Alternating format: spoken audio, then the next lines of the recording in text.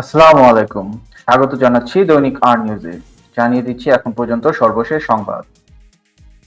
৪ দিনের সরকারি সফরে কাল যুক্তরাজ্য যাচ্ছেন অন্তর্বর্তী সরকারের প্রধান উপদেষ্টা ডক্টর মোহাম্মদ ইউনূস। ৪ দিনব্যাপী এই সফরে বাকিংহাম প্যালেসে ব্রিটিশ রাজা তৃতীয় চার্লসের সঙ্গে দেখা এবং তার হাতে কিংস চার্লস হারমোনি অ্যাওয়ার্ড গ্রহণ করবেন ডক্টর মোহাম্মদ ইউনূস। পাশাপাশি ১১ই জুন ডক্টর ইউনূসের সঙ্গে দ্বিপক্ষীয় বৈঠক করবেন ব্রিটিশ প্রধানমন্ত্রী কিয়ার স্টারমার। এই সফরে ব্রিটিশ বাংলাদেশি কমিউনিটি নেতারা প্রধান উপদেষ্টাকে স্বাগত জানাতে এরই মধ্যে প্রস্তুতি গ্রহণ করেছেন। স্বাস্থ্য অধিদপ্তরের শেষ বার্তায় ২৪ ঘন্টায় ডেঙ্গুতে আক্রান্ত হয়ে হাসপাতালে ভর্তি হয়েছে ২৬ জন। অসুস্থদের দেশের বিভিন্ন হাসপাতালে ভর্তি করা হয়, তবে এখন পর্যন্ত কোনো রোগীর মৃত্যুর খবর পাওয়া যায়নি। শনিবার স্বাস্থ্য অধিদপ্তরের হেলথ ইমার্জেন্সি অপারেশন সেন্টার ও কন্ট্রোল রুম থেকে পাঠানো এক সংবাদ বিজ্ঞপ্তিতে এ তথ্য জানানো হয়। কয়েকটি বিভাগে টানা ৫ দিন বৃষ্টি বা বজ্রসহ বৃষ্টির পূর্বাভাস দিয়েছে আবহাওয়া অধিদপ্তর। গতকাল সংস্থাটির দেওয়া পূর্বাভাসে এ তথ্য জানানো হয়। পূর্বাভাসে বলা হয়, ময়মনসিংহ, ঢাকা, খুলনা, বরিশাল, চট্টগ্রাম ও সিলেট বিভাগের দু-এক জায়গায় অস্থায়ীভাবে দমকা হাওয়াসহ বিদ্যুৎ চমকানো, হালকা থেকে মাঝারি ধরনের বৃষ্টি, বজ্রসহ বৃষ্টি হতে পারে। এছাড়া দেশের অন্যত্র অস্থায়ীভাবে আংশিক মেঘলা আকাশসহ আবহাওয়া প্রধানত শুষ্ক থাকতে পারে। সারা দেশে দিন ও রাতের তাপমাত্রা সামান্য বৃদ্ধি পেতে পারে। কোরবানির ঈদে দেশের সব সিটি কর্পোরেশন সফলভাবে পরিচ্ছন্ন কার্যক্রম সফল করা হয়েছে বলে জানিয়েছে স্থানীয় সরকার উপদেষ্টা আসিফ মাহমুদ সজীব ভুঁইয়া। এক ফেসবুক স্ট্যাটাসে তিনি এ তথ্য জানান। এছাড়া তিনি সকল পরিচ্ছন্নতা কর্মীকে এই উদ্দেশ্য বাস্তবায়ন করার জন্য ধন্যবাদ জানান। এদিকে জাতীয় নাগরিক পার্টি এনসিপির দক্ষিণাঞ্চলের মুখ্য সংগঠক হাসনাত আব্দুল্লাহ বলেছেন, আগামী এপ্রিলে নির্বাচন করতে হলে এই বছরের জুলাইয়ের মধ্যে ঐকমত্যের ভিত্তিতে ঘোষণাপত্র ও জুলাই সনদ দিতে হবে। সেই সঙ্গে লেভেল প্লেয়িং ফিল্ড নিশ্চিত করে নির্বাচন এবং কমিশনকে পুনর্গঠন করার মাধ্যমে ভোটের প্রক্রিয়া শুরু করতে হবে।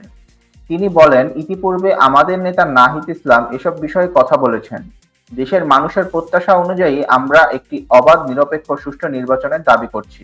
অপরদিকে জনগণের ভোটের অধিকার ফিরিয়ে দিতে এক দফা দাবিতে রাজপথে নামার হুঁশিয়ারি শুনিয়েছেন বিএনপির নেতা ইশরাক হোসেন। একটা গোষ্ঠী দেশকে গণতান্ত্রিক ধারা থেকে সরিয়ে নেওয়ার চেষ্টা করছে বলে অভিযোগ করেছেন বিএনপির এই নেতা।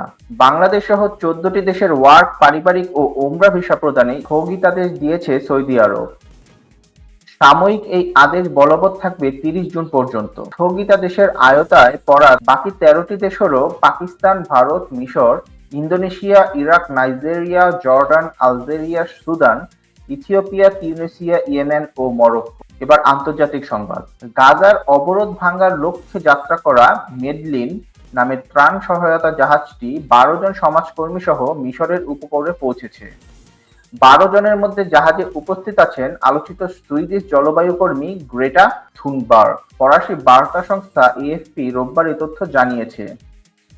জাহাজে থাকা জার্মান মানবাধিকার কর্মী ইয়াসেমিন আচার এএফপিকে জানিয়েছেন, তারা এখন মিশরের উপকূলে অবস্থান করছে এবং তারা সবাই সুস্থ আছে। এর আগে শনিবার জাহাজটি মিশরের আঞ্চলিক জলসীমায় প্রবেশ করেছে বলে জানায় ফ্রিডম ফ্লোটিলা কোয়ালিশনের সদস্য international committee for breaking the siege of Gaza. শনিবার লন্ডন থেকে দেওয়া এক বিবৃতিতে তারা এ তথ্য জানায়।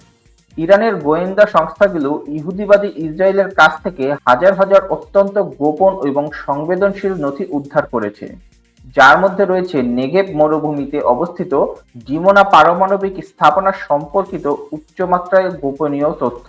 সংশ্লিষ্ট সূত্রগুলো আইআরআইবিকে জানায়, এটি দখলদার ইসরায়েলের ওপর অন্যতম বড় আঘাত। এদিকে ইসরায়েল কর্তৃপক্ষ গুপ্তচর বৃত্তির অভিযোগে দুজনকে গ্রেফতারের ঘোষণা দেওয়ার ২ সপ্তাহেরও বেশি সময় পর এ তথ্য ফাঁসের ঘটনা ঘটল। এবার খেলার সংবাদ। এএফসি এশিয়ান কাপের বাছাই পর্বের ম্যাচ খেলতে ঢাকায় অবতরণ করেছে সিঙ্গাপুর জাতীয় দল। ১০ জুন স্বাগতিক বাংলাদেশের মুখোমুখি হবে তারা। বর্তমানে ফিফা র্যাঙ্কিংয়ে ১৬১তে অবস্থান করছে দলটি। ধন্যবাদ এতক্ষণ আমাদের সাথে থাকার জন্য। আশা করি ভবিষ্যতে আর নিউজের পাশে থাকবেন। আসসালামু আলাইকুম।